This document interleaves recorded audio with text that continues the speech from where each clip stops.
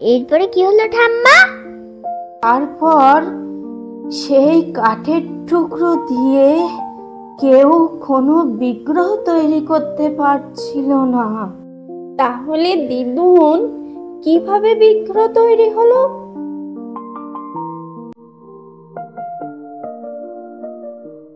ঠাম্মা, একটা কথা বলবো? তুমি কি আমাকে জগন্নাথ দেবের গল্পটা বলবে? অবশ্যই বলবো দিদি ভাই। তুমি কি জানো দিদি ভাই জগন্নাথ দেব কে? না ঠাম্মা, তাই তো তোমার মুখ থেকে শুনতে চাই। তাহলে শোনো দিদি ভাই, জগন্নাথ মানে সকলের অধিপতি। তিনি ভগবান বিষ্ণুর এক রূপ। পুরীর জগন্নাথ মন্দিরে তিনি তার দাদা বলরাম আর বোন সুভদ্রাকে নিয়ে থাকেন। এই তিন ভাই বোনের জন্য রথযাত্রা হয়, আর তখন সবাই খুশিতে তাদের টেনে নিয়ে নতুন ঘরে গুন্ডিচা মন্দিরে যায়। ঠাম্মা, কেন এই রথ হয়? সে তো এক অনেক পুরাতন কাহিনী। তাহলে শোনো বলছি। অনেক কাল আগে উড়িষ্যায় ইন্দ্রদম্ন নামে এক রাজা ছিলেন। রাজা ভগবান বিষ্ণুর খুব বড় একজন ভক্ত ছিলেন। রাজা ইন্দ্রদম্ন ভগবান বিষ্ণুর মন্দির তৈরি করতে চেয়েছিলেন, কিন্তু তিনি ভগবান বিষ্ণুর বিগ্রহের কি রূপ দেবেন বুঝতে পারছিলেন না। ওই দিন রাতে ভগবান বিষ্ণু রাজাকে স্বপ্ন আদেশ দেন। ভগবান বিষ্ণু বলেন, পুরীর নদীতে এক টুকরো কাঠ ভেসে যাচ্ছে, ওই কাঠের টুকরো দিয়েই আমার মূর্তি তৈরি হবে। পরের দিন সকালে রাজা ইন্দ্রদম্ন নদী থেকে কাঠের টুকরোটি নিয়ে রাজপ্রাসাদে ফিরে আসেন। এরপরে কি হলো ঠাম্মা? তারপর সেই কাঠের টুকরো দিয়ে কেউ কোনো বিগ্রহ তৈরি করতে পারছিল না। তাহলে দিদুন কিভাবে বিগ্রহ তৈরি হলো? হ্যাঁ রে দিদি ভাই, আমার গল্প তো এখনো শেষ হয়নি।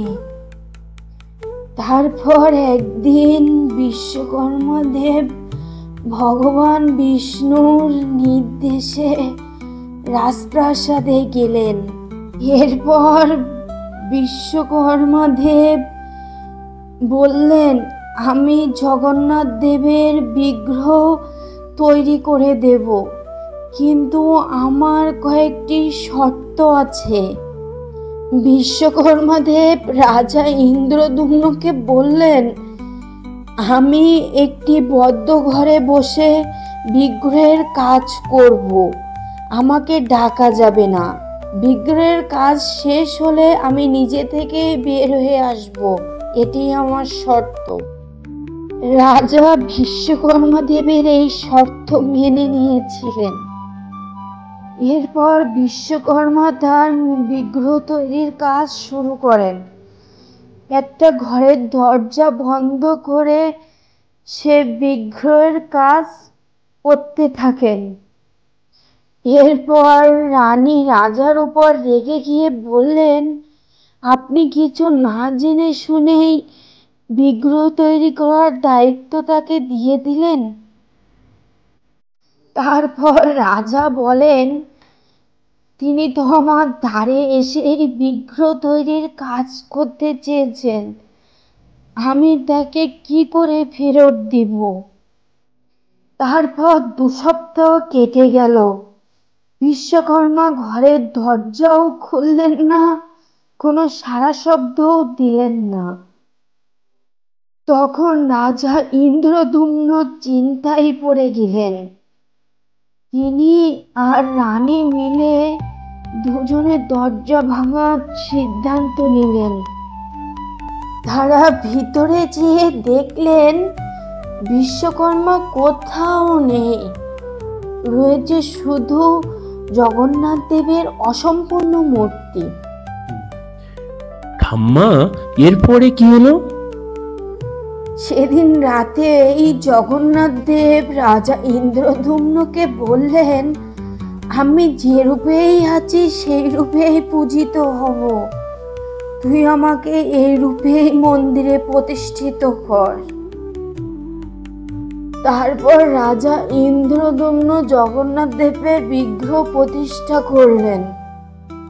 জগন্নাথ দেব রাজা ও রানীর ভক্তিতে প্রসন্ন হয়ে প্রকট হয়ে বললেন,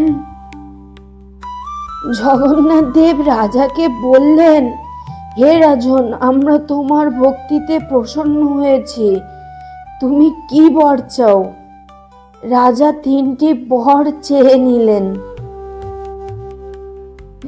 রাজা 3টে বর চেয়েছিলেন, তার মধ্যে একটি বর হলো তার জন্য কখনো কোনো সন্তান না হয়, এই মন্দিরের প্রতি যেন অধিকার ফলাতে না পারে, সমস্ত ভক্তরা যেন তার দর্শন পায়। রানীর খুব মন খারাপ দেখে জগন্নাথ দেব জানতে চাইলে রানী বলেন, প্রতিটা মায়ের স্বপ্ন থাকে যে বৃদ্ধ বয়সে সন্তান তার সেবা করবে, মারা যাওয়ার পর শেষকৃত্য করবে, কিন্তু সেই আশা আমার কখনো পূর্ণ হবে না। তখন জগন্নাথ দেব বলেন, আজ থেকে আমিও বলরাম তোমার সন্তান হলাম। তখন থেকেই জগন্নাথ, সুভদ্রা ও বলরাম প্রতি বছর তার মাসির বাড়িতে গুন্ডিচা মন্দিরে যান। এই হলো রথযাত্রার কাহিনী। বুঝেছ দিদি ভাই, দাদু ভাই? বন্ধুরা, আজকে আমাদের পর্ব তোমাদের কেমন লাগলো? ভালো লাগলে অবশ্যই লাইক, কমেন্ট ও সাবস্ক্রাইব করো। আজকের এই পর্ব থেকে তোমাদের জন্য থাকছে ছোট্ট একটি প্রশ্ন, জগন্নাথ মন্দিরের প্রতিষ্ঠাতা রাজার নাম কি ছিল?